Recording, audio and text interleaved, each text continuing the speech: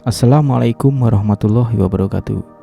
Video ini adalah video perdana yang akan membahas tentang berbagai jamaah yang ada di Indonesia maupun di luar negeri.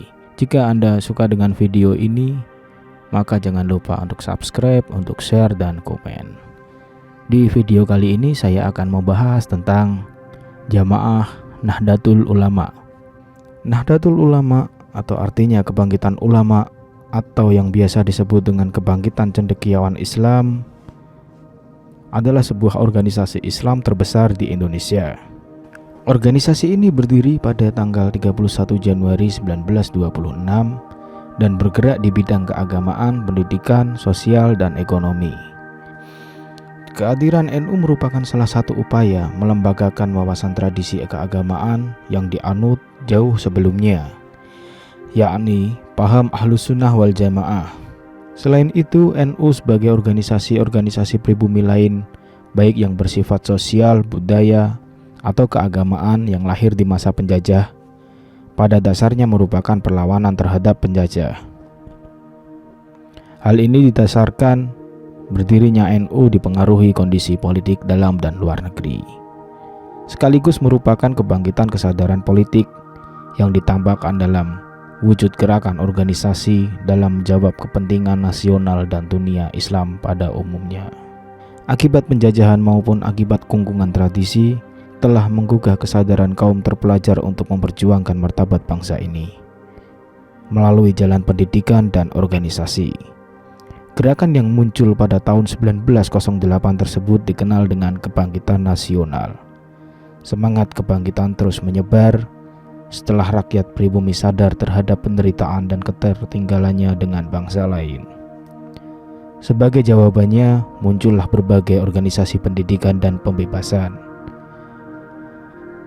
Merespon kebangkitan nasional tersebut, Nahdlatul Wathon atau yang artinya kebangkitan tanah air dibentuk pada tahun 1916. Kemudian pada tahun 1918 didirikan Taswirul Afkar atau yang dikenal dengan Nahdlatul Fikri, yaitu kebangkitan pemikiran. Sebagai wahana pendidikan sosial, politik, dan keagamaan kaum santri, dari situlah kemudian didirikan Nahdlatul Tujar atau yang artinya pergerakan kaum saudagar. Serikat itu dijadikan basis untuk memperbaiki perekonomian rakyat. Dengan adanya Nahdlatul Tujar itu, maka Taswirul Afkar selain tampil sebagai kelompok studi juga menjadi lembaga pendidikan yang berkembang sangat pesat dan memiliki cabang di beberapa kota. Berangkat dari munculnya berbagai macam komite dan organisasi yang bersifat embrional dan ad hoc, maka setelah itu dirasa perlu untuk membentuk organisasi yang lebih mencakup dan lebih sistematis untuk mengantisipasi perkembangan zaman. Maka setelah berkoordinasi dengan berbagai kiai karena tidak terakomodir kiai dari kalangan tradisional untuk mengikuti konferensi Islam dunia yang ada di Indonesia dan Timur Tengah, akhirnya muncul kesepakatan dari para ulama pesantren untuk membentuk organisasi yang bernama Nahdlatul Ulama. Nahdlatul Ulama lahir pada tanggal 16 Rajab 1344 Hijriah atau tanggal 31 Januari 1926 Masehi di kota Surabaya. Organisasi ini dipimpin oleh Kiai Haji Hasyim Asy'ari sebagai Rais Akbar. Ada banyak faktor yang melatar belakangi berdirinya NU. Di antara faktor itu adalah perkembangan dan pembaharuan pemikiran Islam yang menghendaki pelarangan segala bentuk amaliyah kaum Sunni. Sebuah pemikiran agar umat Islam kembali pada ajaran Islam murni, yaitu dengan cara umat Islam melepaskan diri dari sistem bermadhab. Bagi para kiai pesantren, pembaruan pemikiran keagamaan sejatinya tetap merupakan suatu keniscayaan, namun tetap tidak dengan meninggalkan tradisi keilmuan para ulama terdahulu yang masih relevan. Untuk itu, Jamiah Nahdlatul Ulama cukup mendesak untuk segera didirikan.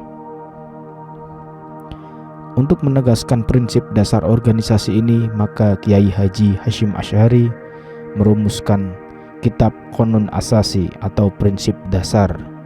Kemudian juga merumuskan kitab I'tiqad Ahlus Sunnah wal Jamaah Kedua kitab tersebut kemudian diejawantahkan dalam Kitab NU yang dijadikan sebagai dasar dan rujukan warga NU dalam berpikir dan bertindak dalam bidang sosial, keagamaan, dan politik. NU menganut paham Ahlussunnah wal Jamaah, merupakan sebuah pola pikir yang mengambil jalan tengah antara ekstrem akli, rasionalis dengan kaum ekstrem nakli, skriptualis. Karena itu sumber hukum Islam bagi NU tidak hanya Al-Quran dan Sunnah, tetapi juga menggunakan kemampuan akal ditambah dengan realitas empirik. Cara berpikir semacam itu dirujuk dari pemikiran terdahulu seperti Abu Al-Hasan Al-Asy'ari dan Abu Mansur Al-Maturidi dalam bidang teologi, tauhid, dan ketuhanan. Kemudian dalam bidang fikih lebih cenderung mengikuti madhab Imam Syafi'i dan mengakui 3 madhab yang lain, Imam Hanafi, Imam Maliki, dan Imam Hambali, sebagaimana yang tergambar dalam lambang NU berbintang 4 di bawah. Sementara dalam bidang tasawuf mengembangkan metode Al-Ghazali dan Syekh Junaid Al-Baghdadi yang mengintegrasikan antara tasawuf dan syariat. Gagasan kembali ke Kitoh pada tahun 1984 merupakan momentum penting untuk menafsirkan kembali ajaran Ahlussunnah wal Jamaah serta merumuskan kembali metode berpikir baik dalam bidang fikih maupun sosial, serta merumuskan kembali hubungan NU dengan negara. Gerakan tersebut berhasil kembali membangkitkan gairah pemikiran dan dinamika sosial dalam NU. Pertama kali NU terjun pada politik praktis pada saat menyatakan memisahkan diri dengan Masyumi pada tahun 1952 dan kemudian mengikuti pemilu tahun 1955. NU cukup berhasil dengan meraih 45 kursi DPR dan 91 kursi konstituante. Pada masa demokrasi terpimpin, NU dikenal dengan partai yang mendukung Soekarno dan bergabung dalam Nasakom, yaitu nasionalis, agama, dan komunis. Nasionalis diwakili Partai Nasional Indonesia (PNI), agama diwakili Partai Nahdlatul Ulama, dan kemudian komunis diwakilkan oleh Partai Komunis Indonesia atau PKI. NU kemudian menggabungkan diri dengan Partai Persatuan Pembangunan pada tanggal 5 Januari 1973 atas desakan penguasa Orde Baru mengikuti pemilu 1977 dan 1982. Bersama P3 pada Muktamar NU di Situbondo, NU menyatakan diri untuk kembali ke Kitoh 1926, yaitu untuk tidak berpolitik praktis lagi. Namun setelah reformasi 1998, muncul partai-partai yang mengatasnamakan NU. Yang terpenting adalah Partai Kebangkitan Bangsa yang dideklarasikan oleh Abdurrahman Wahid pada pemilu 1999. PKB memperoleh 51 kursi DPR dan bahkan bisa mengantarkan Abdurrahman Wahid sebagai Presiden RI.